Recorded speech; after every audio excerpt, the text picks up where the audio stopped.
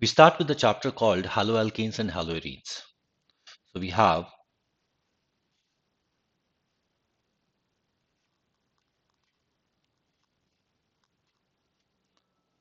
haloalkanes and haloarenes. We are going to begin with the preparation of haloalkanes and haloarenes. The first preparation that we talk about is from alkanes.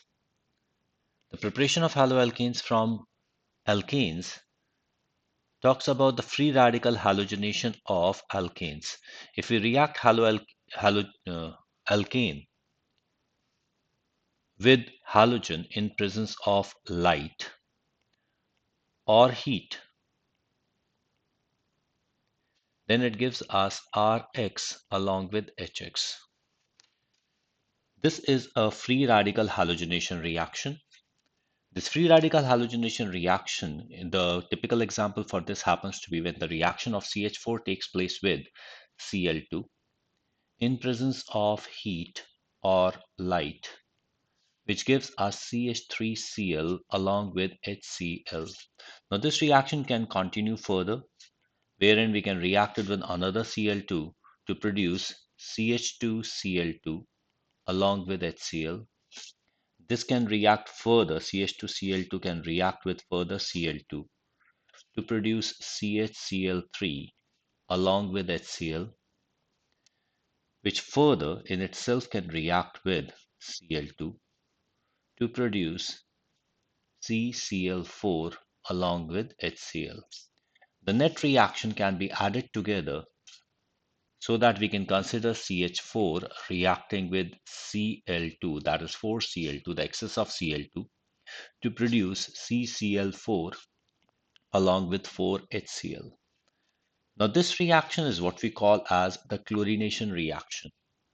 Now, this reaction can be considered as monochlorination. This first part is what we call as monochlorination. The second part is called we call as dichlorination. The third one is trichlorination, and the fourth one is tetrachlorination. Or we can talk about the fourth one as the exhaustive chlorination as well, because here we are replacing all the hydrogens present in the alkane to give us the haloalkane.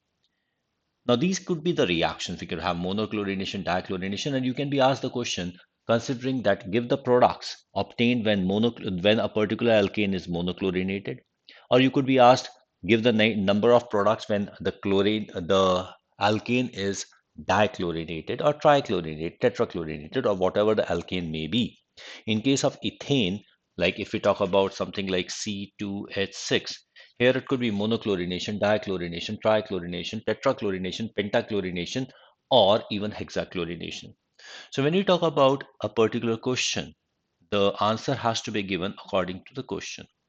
Let us consider the chlorination of ethane, and we have a question: how many products are obtained when ethane is chlorinated? Remember, in this question, we are talking about that we can talk about the monochlorination, dichlorination, trichlorination, tetrachlorination, or even hexachlorination. So let's talk about how many products can be obtained, including all the isomers.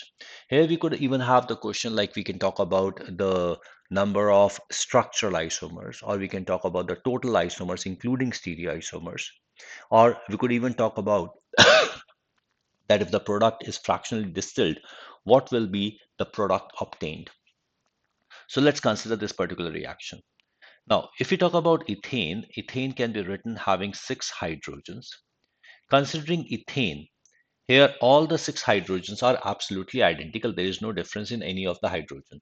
So replacing any of the hydrogen is going to give us only one product. So monochlorination is going to give us CH3CH2Cl only. So one product is obtained by monochlorination of ethane. But when we talk about the dichlorination of ethane, we could have that all both the hydrogens are removed from the same carbon, or we could have the hydrogen being removed from the different carbons. This particular compound, the first compound is called ethylene chloride, while the second compound is ethylene dichloride. This one is what we call as the vicinal dihalide, while this one is called the geminal dihalide. When we talk about the trichlorination of ethane, Again, there are two possibilities. We could have one carbon releasing all the hydrogen to form CH3Cl3, or we could have the two hydrogen being removed from one carbon while one hydrogen being removed from the second carbon. So again, we can see that trichlorination will be able to give two products. Considering tetrachlorination, we could have one hydrogen being removed from one carbon while the three hydrogen being removed from the other carbon. So we could have the two hydrogen being removed from one carbon and two hydrogen being removed from the other carbon. So tetrachlorination is also able to give us two products. While pentachlorination, whatever you might do, you are going to end up with the same product because you have to remove three hydrogen from one carbon while two hydrogens are being removed from another carbon. So pentachlorination will give only one product, while hexachlorination also will give only one product. So if we talk about the total number of products which can be obtained by chlorination of ethane, the total products will be 1, 2, 4, 5, 6, 9. So total 9 products are obtained by chlorination of ethane. Let's have another question. Let us say we have a question like how many products are obtained by chlorination, monochlorination of C5H12. So we have C5H12 and we talk about monochlorination. When you talk about the monochlorination of C5H12, then in that case, the first thing that we need to do is we need to make the isomers of C5H12. C5H12 has actually three isomers. The first isomer is CH3, CH2, CH2, CH2, CH3. The second isomer that we might have is CH3, CH, CH3, CH2, CH3. The first isomer is what we know as N-pentane. The second isomer is what we call as isopentane. And the third isomer is CH3, C, CH3, CH3, CH3, which is called neopentane. Now let's consider that if we replace one hydrogen from any of these compounds, how many products can be obtained? When we talk about N-pentane, we can find that this, and this, these three carbons are actually different from each other, and the replacement of hydrogen from any of these carbons will produce a different compound. So let's understand what are the compounds that we can obtain. If we remove the hydrogen from the first position, we are going to get CH2. Here we are going to get Cl, CH2, CH2, CH2, CH3. If we remove it from the second carbon, we are going to get CH3, CH, Cl, CH2, CH2, and CH3. While removed from the central carbon, it's going to give us CH3, CH2, CH, CH2, CH3. And here it is going to be Cl. If the question was how many structural isomers are formed, then in that case we would know that N-pentane monochlorination is going to give three structural isomers. But if the question is how many total isomers are obtained, then in that case you need to understand that in the case of second compound, this particular carbon is chiral. That is, it is having four different groups attached to it. So since this carbon is chiral, this particular formula and this particular structure would denote two stereoisomers, while this one is going to be one isomer, this one is going to be one isomer. Now let's consider how many isomers are possible when we talk about the monochlorination of isopentane. Monochlorination of isopentane would mean that we have the product as CH2, CH, CH3, CH2, CH3, and here we have chlorine. This is one of the product that is structural isomer. Then we have another product as CH3, C, Cl, CH2, CH3, CH3. This is another product. The other product is going to be CH3, CH, CH3, CH, Cl, CH3. This is the other product.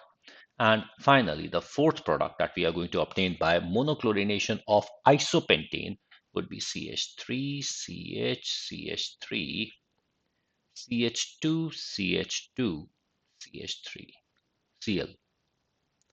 Now, if the question was how many structural isomers are obtained by monochlorination of isopentane, the answer would have been 4.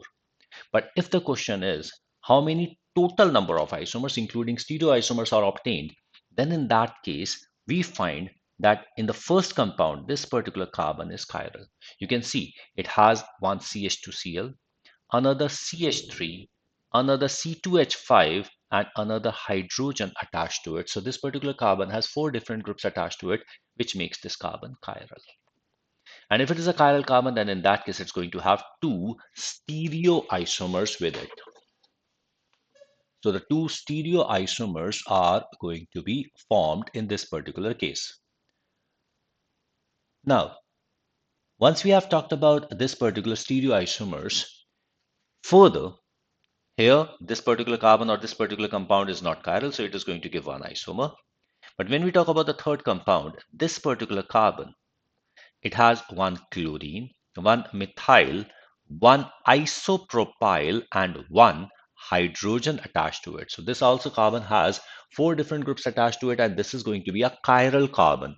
Being a chiral carbon, this again is going to represent 2 stereoisomers. So in total, here again, this is going to be only one isomer. So in total, if somebody asks you how many total isomers are obtained by monochlorination of isopentane, the answer actually turns out to be 6. There are 4 structural isomers, out of which 2 are optically active. So each of these would represent 2 isomers, 2 enantiomers, and overall the number of isomers, including stereoisomers, would become 6. While when we talk about the neopentane, in neopentane, all the 4 carbons are absolutely identical. So only one monochloro derivative is obtained, which is non-chiral. So here it's going to be only one isomer. If we talk about the total number of isomers obtained by monochlorination of a compound having a formula of C5H12, that is pentane, we are going to have in all 1, 2, 3, plus 6, 9, 3, 4. This is also stereoisomer. So 4 plus 6, 10, plus 1. Total 11 isomers are obtained. If you have to ask how many structural isomers will be obtained, then in that case, the answer would be 3 plus 4, 7 plus 1, 8. So we have 11 total isomers, including stereoisomers, and we have 8 structural isomers. So you need to be very clear about what the question is being asked from you. Now, once we have talked about how we can talk about monochlorination, dichlorination, trichlorination, and all, now let's have a look at the mechanism of this particular reaction. When you talk about the mechanism of this particular reaction, let's say we have CH4 reacting with Cl2 in presence of heat or light.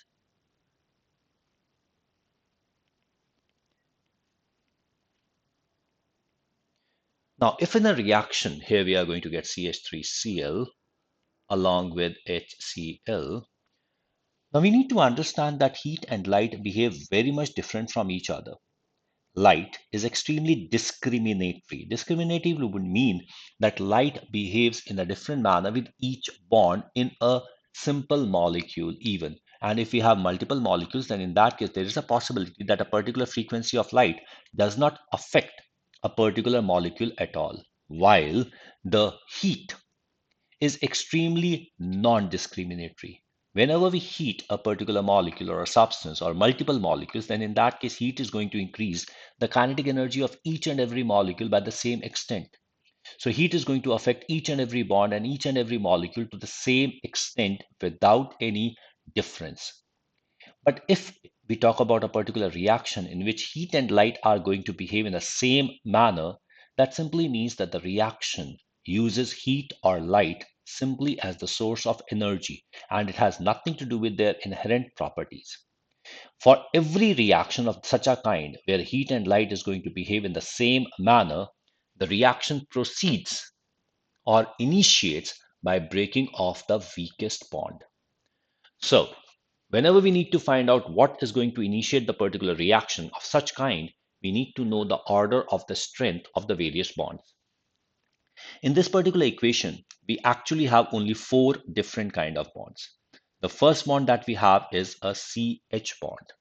The second one, we have the HCl bond. Then we have the third one as CCl bond, and the fourth we have ClCl bond.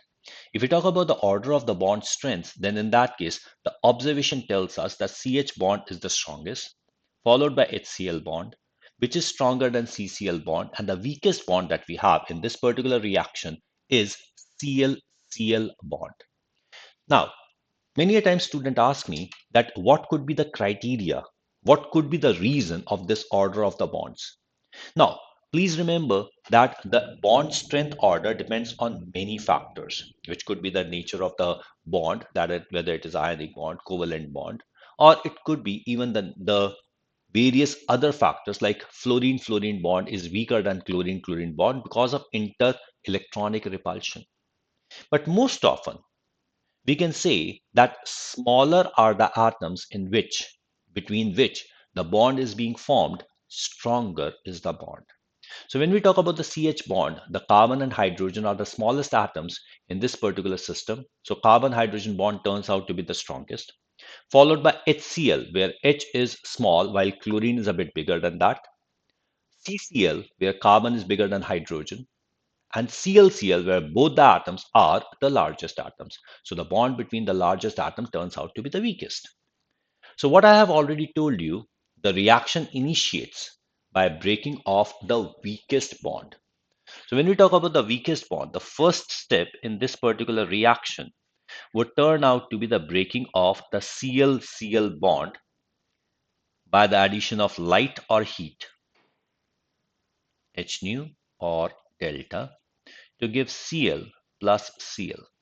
Now, chlorine atom, when we talk about chlorine is going to be having odd number of electrons, and therefore at least one electron in chlorine will be unpaired. A species containing unpaired electron is termed a radical. So here we are going to obtain two radicals, chlorine radical, another one also chlorine radical. Now let's talk about how this radical is going to react with CH4. When we talk about CH4, the structure of CH4 is a tetrahedron. We have four hydrogens forming the tetrahedrons and a central carbon. When you talk about attack of a radical, the radical attack is decided by four factors. The first factor turns out to be the presence of how many identical positions are present. So first factor which decides the attack of a radical is number of identical positions. More are the number of identical positions, more are the chances of that product being obtained. So what do we mean by number of identical positions? For example, if we have a compound CH3, CH2, CH3, we find that carbon has three hydrogens here, two hydrogens here, and the three hydrogens here. So when we talk about this particular structure, you can easily understand that if we replace any of these six hydrogens, if any of these six hydrogens are replaced, then in that case, we are going to get exactly the same product. While the replacing of any of these two hydrogens is going to give us the same product.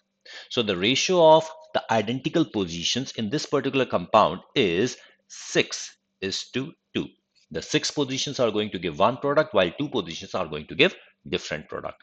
So the first condition of the attack of the radical says that the primary product, that is the product obtained by replacement of any of the six hydrogens, would dominate. It is going to be three times of the secondary product, that is the product obtained by replacement of any of the secondary hydrogens, which are these. This is a 2-degree hydrogen, while these are 1-degree hydrogen. So if the first condition is the only one, then in that case, the 1-degree product will be three times of the 2-degree product. So that is the first factor which defines the attack of the radicals. The second factor which defines the attack of the radical is the ease of approach. The ease of approach means that the atom on which the radical has to attack, how easily it can be approached. As in this case, if we consider that we have four hydrogens and one carbon, so identical position, if we talk about, then the hydrogens being four are going to be hugely favored as compared to carbon, which is only one. When we talk about the second condition, that is ease of approach, we understand that hydrogen are on the periphery, that is, they are outside, while the carbon is inside. So if any radical has to approach this particular molecule, then in that case, it is much easier to approach the hydrogen while it is much difficult to approach the carbon. So ease of approach, you can consider the steric hindrance, you can consider the geometry, you can consider whatever you wish to, but ease of approach would mean how easily the radical can approach a particular position. So in this case, the ease of approach, the second factor also favors hydrogen being attacked by halogen. The third is energy consumed when the attack takes place. When the radical attacks a particular position, then in that case, it may lead to breaking of the bonds. In this case, the breaking of the bond would lead whenever the attack of the radical takes place, it is going to attack either on hydrogen or on carbon, and this is going to lead to the breaking of carbon-hydrogen bond. The simple reason for that is that carbon has a valency of 4, which is all satisfied, while hydrogen has a valency of 1, which again is satisfied. So if the reaction has to take place, then in that case, hydrogen or carbon both have to free up one valency by breaking a bond. So attack taking place on carbon or on hydrogen would lead to the breaking of carbon-hydrogen bond. Less is the energy required for the reaction to initiate, more easy would be the reaction. So in this case, when you talk about the bond which is breaking is the same whether the attack takes place on hydrogen or it takes place on carbon. So this particular factor won't affect the position at which the attack takes place. So this we can ignore for this particular reaction. The fourth factor which decides where the radical will attack is the energy released in the reaction. More is the energy released in the reaction, easier and faster would be the reaction, because that would free up more energy for the next step to take place. So that would make it easier to take place. Now, in this case, when the attack takes place on hydrogen, the bond breaking would be carbon-hydrogen bond, but the bond forming would be hydrogen-chlorine bond.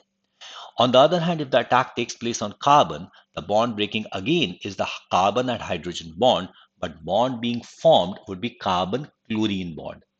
Carbon-chlorine bond is weaker than the hydrogen-chlorine bond, as we have already seen in the order of the reaction. So the energy release would be more if the attack takes place on hydrogen compared to the energy release when the attack takes place on carbon. So the second factor, the first factor, the second factor, and the fourth factor, they favor the attack on hydrogen, while the third factor doesn't favor any position. So the attack taking place on hydrogen. So three factors, since they favor hydrogen, we can safely consider that the attack is going to take place on hydrogen.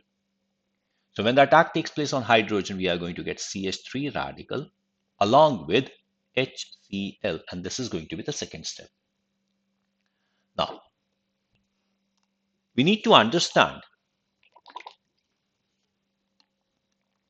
the first step and the second step both are energy consuming step.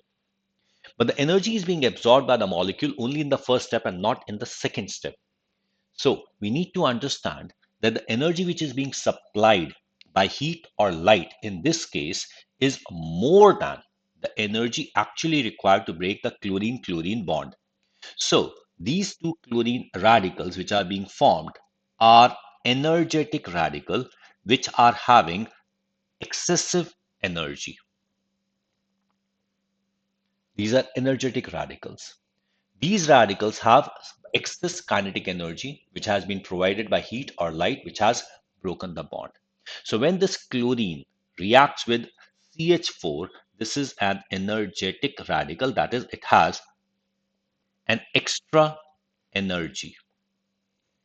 This extra energy is necessary because this particular reaction, the bond which is being formed is actually weaker than the bond which is being broken. So overall, the reaction is endothermic, and if chlorine does not have excess energy, the step will not take place.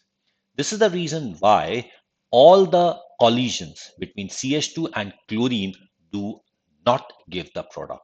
There could be many positions, many places where chlorine attacks CH4, attacks on the hydrogen, but the reaction does not take place because chlorine radical just does not have enough energy for the reaction to take place. What could be the third step? The third step could be like the CH3 radical is going to react with chlorine molecule to form CH3Cl along with chlorine radical. Now, this is an exothermic reaction because here the bond which is being broken is a chlorine-chlorine bond which is weaker than CH3Cl bond, carbon-chlorine bond. So this particular reaction being exothermic reaction would produce the products having an excess energy. So here chlorine radical is being produced which is having excess energy and it is an energetic radical. This being an energetic radical will be able to take the reaction further without any input of heat or light. In such kind of a reaction, where the species required to initiate the reaction is being produced in the step of the reaction itself, so that the reaction once initiated can continue by itself without any addition of further energy or the species are termed as chain reaction. So this is a chain reaction which once initiated will continue on its own until and unless the various reactants are consumed.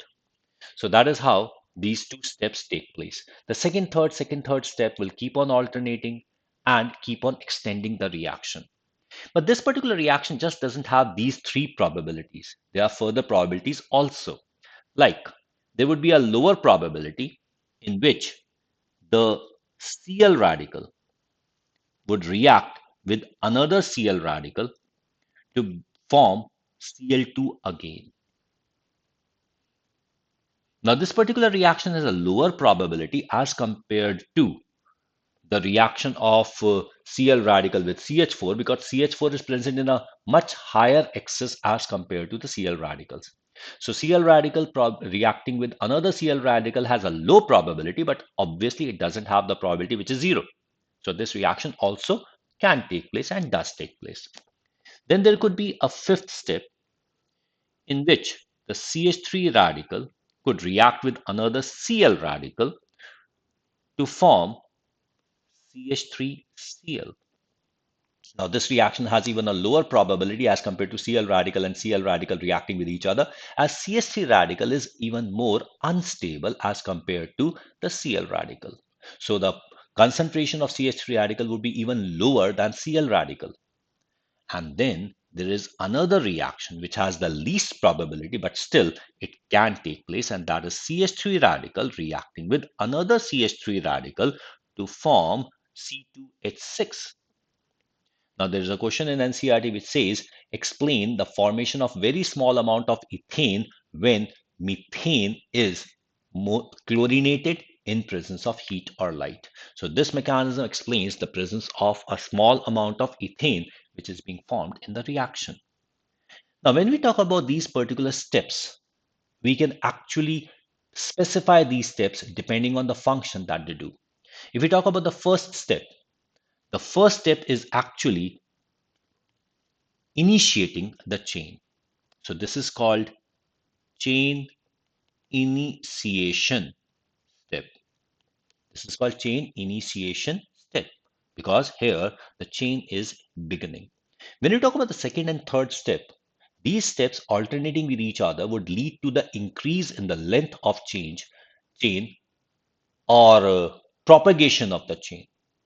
So you can consider these to be chain propagation or chain elongation steps. So these are chain propagation or chain elongation steps. While if we talk about these three steps, you can very well see that these steps are actually leading to the consumption of radicals. Radicals are necessary for the elongation of the chain, the carrying further of the chain. If we consume the radicals, then in that case, the reaction is actually going to stop. So these are the steps which are termed as chain termination steps. So these are the 6 steps which we can have in the free radical halogenation of alkanes: chain initiation, chain propagation, chain termination. These are the steps which are going to take place in any of these free radical reactions. Now, you may ask me a question that why is it termed as a free radical? Now, it is a free energetic radical because here the radical which are being formed are not being stabilized by any factor. They are not in the solvent and they are free to roam about in the gaseous phase. That's why it's a free radical halogenation reaction. Now, let's have a few further understanding of this particular reaction. Let's consider the monochlorination of propane, CH3, CH2, CH3. Now, when monochlorination of propane is going to be taking place, then in that case, we are going to have Cl radical, Cl2, in presence of light or heat. And now we can have two possible products. One product could be CH3, CH2, CH2, Cl, and other product is going to be CH3, CH, CH3, and here it is going to be Cl. We could have N-propyl chloride and we could have isopropyl chloride, primary and secondary haloalkanes. The question could be asked, which product is expected to be dominating or major product? Now, we are going to use the 4 points that we have already understood to try to determine which product is going to dominate. Just don't get into an answer. Okay, this is going to be the answer. Just have a look at the 4 points. Now, the first point says the number of identical positions which would give a particular product. When we talk about 1 degree product, let's say this is the 1 degree product and this is the 2 degree product. So 1 degree product has 6 hydrogens favoring it, while 2 degree product has only 2 hydrogens favoring it. So if the first case would be the one deciding the particular product, then in that case, the first product is going to be 3 times of the second product.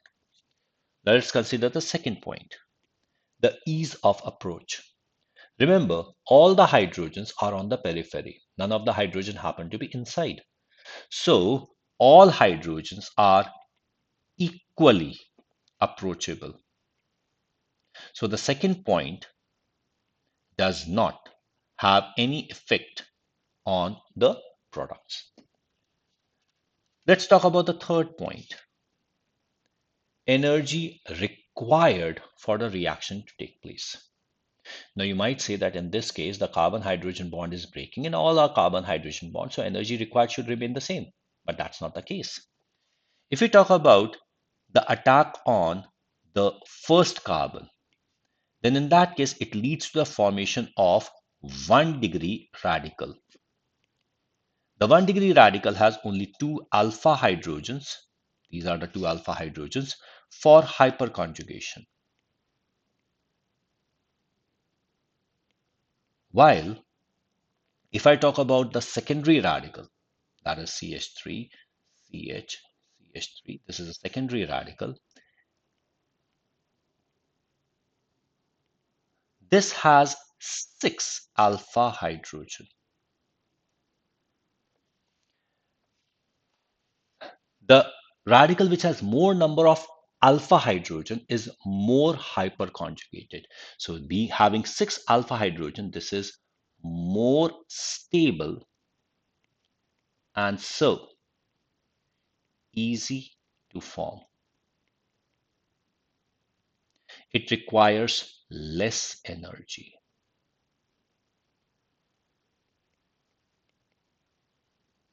This would mean that even if a low energy chlorine radical is to strike this particular hydrogen, it will have a more chance for it to create a radical rather than the same energy chlorine striking the primary hydrogen.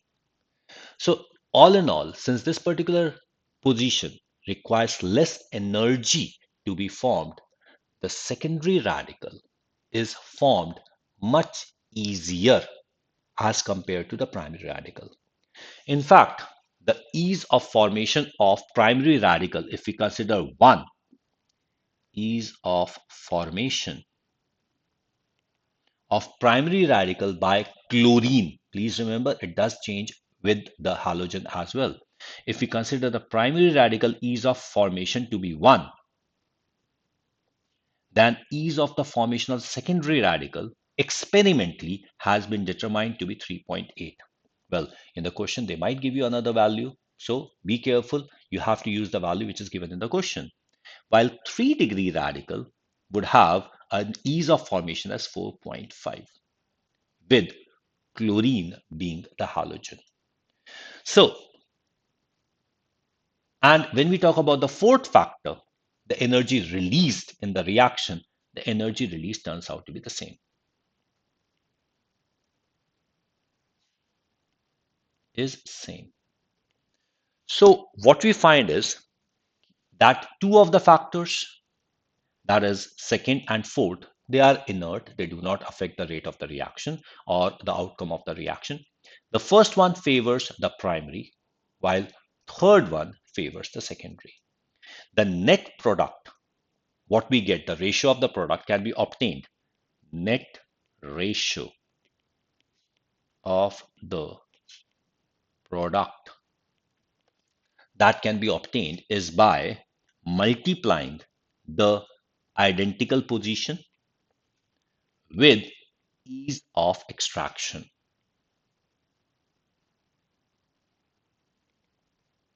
So when we talk about identical position and ease of extraction, for 1 degree, the identical position are 6, ease of extraction is 1. For 2 degree, identical positions are 2, while ease of extraction is 3.8. So this is the ratio of the products which we obtain, and it turns out to be 6 is to 7.6. So actually, the secondary product is slightly more as compared to the primary product. Clear? Now, please understand that this ease of extraction, it changes with the various halogen. Like if we are considering fluorine, then in that case, ease of extraction doesn't at all make a difference. Fluorine, the bond formed by fluorine with hydrogen is such a strong bond that the reaction actually becomes exothermic. So here, the ease of extraction doesn't make any difference. So if we have to consider that 1 degree halogen, 1 degree hydrogen, 2 degree hydrogen, and 3 degree hydrogen, if they need to be differentiated on the basis of the various halogens that we use, in case of fluorine, the ease of extraction of any of these positions is going to be same. That is equally easy. So in case of fluorine, the stability of the radical doesn't make any difference. The only thing which matters is how many identical positions that we have. In case of chlorine, both the ease of extraction and the number of hydrogens make a difference. 1 degree, if it is 1, the 2 degree turns out to be 3.8, and 3 degree is generally considered 4.5, but actually it is 4.43. So I would also consider 4.5, but you have to use the value which is given in the question if the question is asked. If we consider bromine, then in that case, bromine is the bond between bromine and hydrogen is still weaker. So there is a possibility that bromine won't be able to extract the primary hydrogen at all. So if we consider the primary hydrogen extraction is to be 1, then the secondary is something like 82 and tertiary is something like 1600. Now again, you need to rely on the values given in the question, but this is the general idea we have. So you can consider that fluorine is absolutely non-selective. It is extremely reactive. Chlorine is somewhat selective as well as reactive, while bromine is extremely selective and less reactive.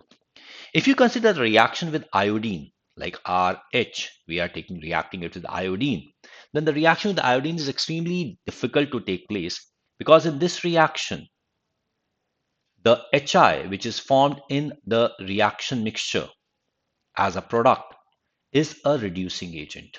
This is a reducing agent, which will force the reaction to go backward. So if we want the reaction to take place in the forward direction, then in that case, we have to add something which is going to consume this HI which is being formed in the reaction. For that, we either add HNO3, which is an oxidizing agent, or HiO3, which again is an oxidizing agent, which is going to consume the HI, which is being formed in the reaction and force the reaction to move in the forward direction. So this is what we have as the preparation of haloalkanes from alkane. Now, this particular reaction can be actually one. Let's take an example, a peculiar example that we have. The question is how the isooctane, not octane, sorry, isopentane is monochlorinated, and the product obtained is fractionally distilled. The first question is how many fractions are obtained? Second question is how many, what would be the ratio, the mass ratio of these fractions? And the third question is what is the total number of products actually formed? So we have something like isopentane. Now this is isopentane.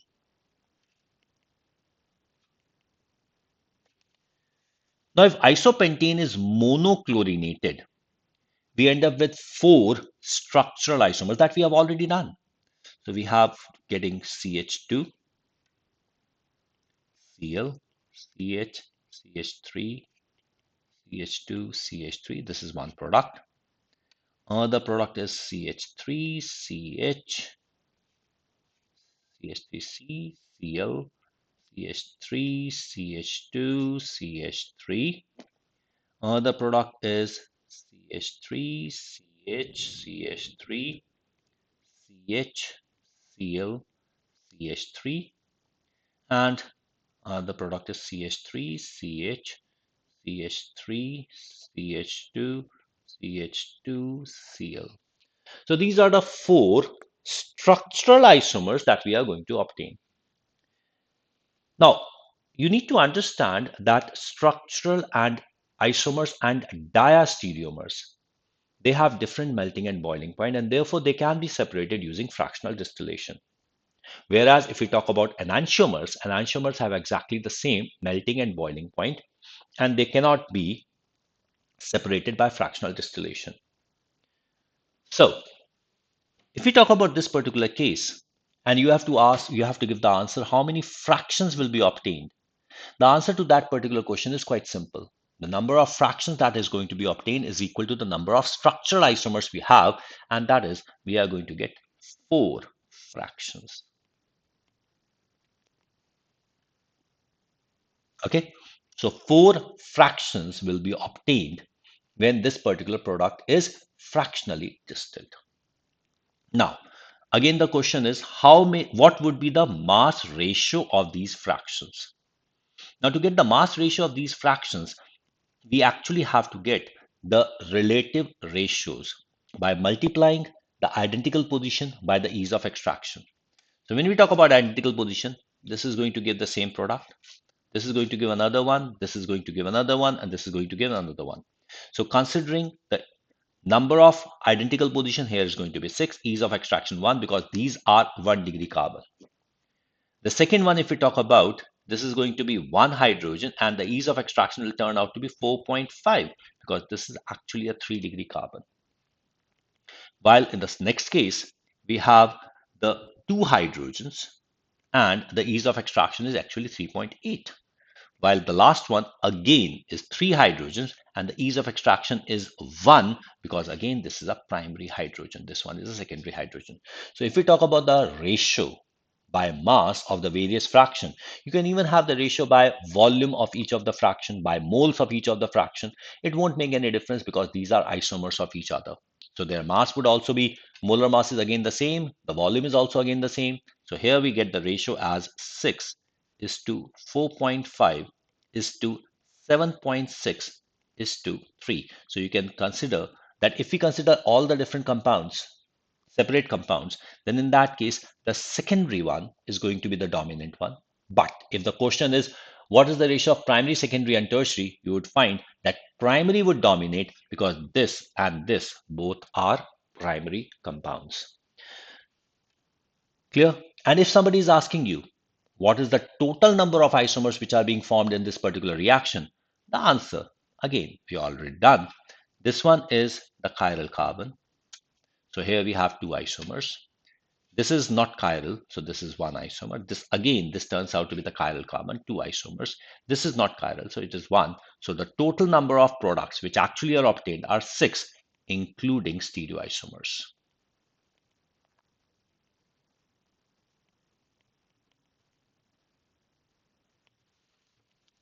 Is this clear? So this is the one which is going to be the product. So this is the preparation of haloalkanes from alkanes.